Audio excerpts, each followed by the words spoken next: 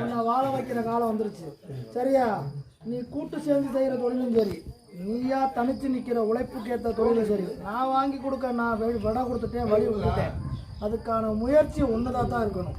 சரியா? புலம்பாது என்று நான் கூட இருக்கேன். நீ பெத்தெடுத்த வாரிசுகளுக்கு எந்த ஒரு களங்கமும் இல்லாம நான் வாழ வைக்கிறேன். அவன் கெட்ட வழியில போறதுக்கு அவன் கூட இருக்கவன் அவனை கட்டி மறிச்சாலும் நான் விட மாட்டேன். சரியா? வாழ வச்சு உன் உறவுக்குள்ள உன்னை ஏற்று பேச்சு பேசி இந்த குடும்பம் வாழுமா, இவன் வாழ வைப்பானா, பிள்ளைய வளர்ப்பானாங்கிற செய்தி சொல்லி எத்தனையோ வந்திருந்தாலும் அத்தனையும் கட்டி மறிச்சு என் குழந்தைகளை வச்சு நான் காவாந்து பண்றேன்.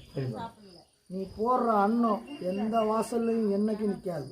சரியா? ஒன்று இந்த வாசலுக்கு நான் தலைமை பிள்ளையா வச்சிருக்கேன். அதில் சுணக்கம் இல்லாமல் நீ செயல்படணும். வழிமுறை எதுவும் விட்டுடாமல் செயல் பண்ணணும். சொல்லு ஒன்று செயல் ஒன்றா நிற்காது. நான் உன் கட்டுமனை நோக்கி வந்தேன். என் புள்ளதான் வந்தான்னு நீ நினச்ச. ஒத்த வாக்கு சொல்லாமல் போகிறான்னு நினச்சேன். ஆனால் நான் நீதி சொல்லி வந்தேங்கிறது நீ மறந்த. உன் தாய் உன் வீட்டுக்காரி இன்னைக்கு மாண்டு மயிலோகம் போனி உன் அப்பன் பார்த்தனோட நீ எடுத்து வச்சு கும்பிட்டத நான் சந்தோஷமாக ஏற்றுக்கிட்டேன்டா. போட்ட அன்னத்தை இப்போதான் முறையாக நான் ஏற்றுக்கிட்டேன்.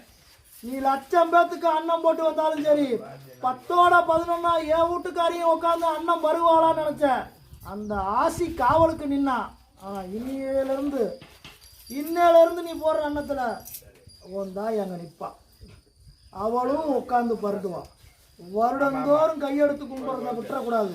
சரியா? நீ பெத்தெடுத்த வாரிசுகளுக்கு எந்த குறைவும் இல்லாம உன்னையும் சகல ஐஸ்வர்யங்களோட வாழ வைப்பேன். சத்தியம். சரியா? இனி எக்காலத்திலையும் என் முன்னாடி நீ கண்ணீர் விடக்கூடாது. உனக்கான என்ன பொருளாதாரம் வேணுமோ அதை நான் வழி விட்டுட்டேன். அதுக்கான முயற்சியை மட்டும் உந்துகோலா இருந்து நீ முன்ன கொண்டு போ. நான் கூடவே வர்றேன்.